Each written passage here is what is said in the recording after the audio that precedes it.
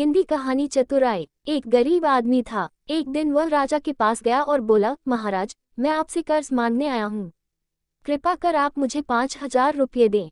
मैं 5 वर्ष के अंदर आपके रुपये वापस कर दूंगा। राजा ने उसकी बात पर विश्वास कर उसे 5,000 रुपये दे दिए। 5 वर्ष बीत जाने के बाद भी जब उस व्यक्ति ने राजा के 5,000 रुपये नहीं लौटाए तब राजा को मजबूरन उसके घर जाना पड़ा। लेकिन वहां वह व्यक्ति नहीं मिला। जब भी राजा वहां जाता बहाना बनाकर उसे वापस भेज दिया जाता। एक दिन फिर राजा उस व्यक्ति के घर गया।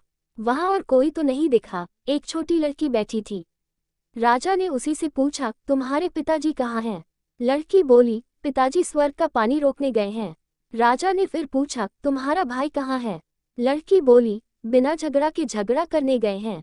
राजा की समझ में एक भी बात नहीं आ रही थी, इसलिए वह फिर पूछता है, तुम्हारी माँ कहाँ है? लड़की बोली, माँ 1 से 2 करने गई है। राजा उसके इन उल जुलूल जवाब से खींच गया। वह गुस्से में पूछता है, और तुम यहाँ बैठी क्या कर रही हो? लड़की हंसकर बोली, मैं घर बैठी संसार देख रही हूँ। राजा समझ गया कि लड़की उसकी किसी भी बात का सीधा जवाब नहीं देगी, इसलिए उसे अब इससे इन बातों का मतलब जानने के लिए प्यार से बतियाना पड़ेगा। राजा ने चेहरे पर प्यार से मुस्कान लाकर पूछा, बेटी, तुमने जो अभी अभी मेरे सवालों के जवाब दिए, उनका मतलब क्या है? मैं तुम्हारी एक भी बात का मतलब नहीं समझ सका। तुम मुझे सीधे सीधे उनका मतलब समझाओ। लड़की ने भी मुस्कुराकर पूछा, अगर मैं सभी बातों का मतलब समझा दूं तो आप मुझे क्या देंगे? राजा के मन में सारी बातों को जानने की तीव्र उत्कंठा थी। वह बोला, जो मांगोगी वही दूंगा। तब लड़की बोली, आप मेरे पिताजी का सारा कर्ज माफ कर देंगे तो मैं आपको सारी बातों का अर्थ बता दूंगी। राजा ने कहा, ठीक है, मैं तुम्हारे पिताजी का सारा कर्ज माफ कर दूंगा। अब तो सारी बातों का अर्थ समझा दो। लड़की बोली, महाराज, आज मैं आपको सारी बातों का अर्थ नहीं समझा सकती। कृपा कर आप कल आएं, कल मैं जरूर बता दूंगी। राजा अगले दिन फिर उस व्यक्ति के घर गया। आज वहां सभी लोग मौजूद थे। वह आदमी, उसकी पत्नी, बेटा और उसकी बेटी भी। राजा को देखते ही लड़की पूछी, महाराज, आपको अपना वचन याद है ना?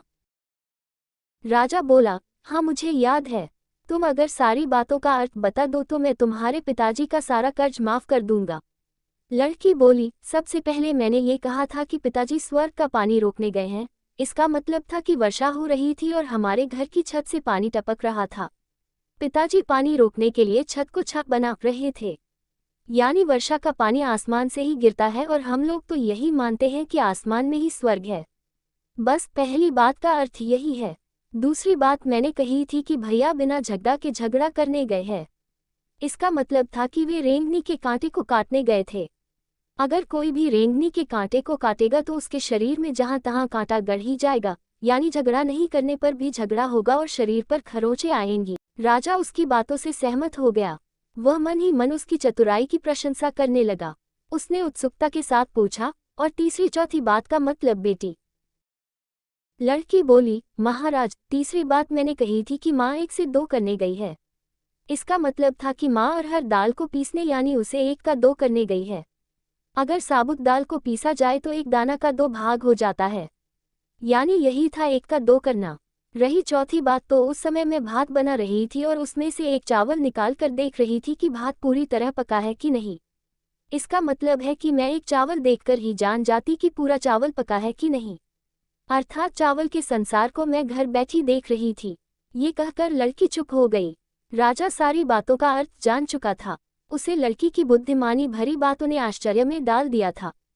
फिर राजा ने कहा, बेटी, तुम तो बहुत चतुर हो, पर एक बात समझ में नहीं आई कि यह सारी बातें तो तुम मुझे कल भी बता सकती थी, फिर तुमने मुझे आज क्यों बुलाया? लड़की हंसकर बोली, मैं तो बता ही चुकी हूँ कि कल जब आप आए थे तो मैं भात बना रही थी।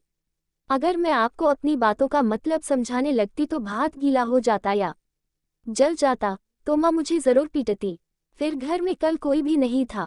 अगर मैं इनको बताती कि आपने कर्ज माफ कर दिया है तो ये मेरी बात का विश्वास नहीं करते। आज स्वयं आपके मुंह से सुनकर कि आपने कर्ज माफ कर दिया है, जहाँ इन्हें इसका विश्वास हो जाएगा वहीं खुशी भी होगी। राजा लड़की की बात सुनकर बहुत ही प्रसन्न हुआ। उसने अपने गले से मोतियों की माला निकाल उसे देते हुए कहा, बेटी, ये लो अपनी चतुराई का पुरस्कार। तुम्हारे पिताजी का कर्ज तो मैं माफ कर ही चुका हूँ। अब तुम्हें या तुम्हारे घर वालों को मुझसे बहाना नहीं बनाना पड़ेगा। अब तुम लोग निश्चिंत होकर रहो।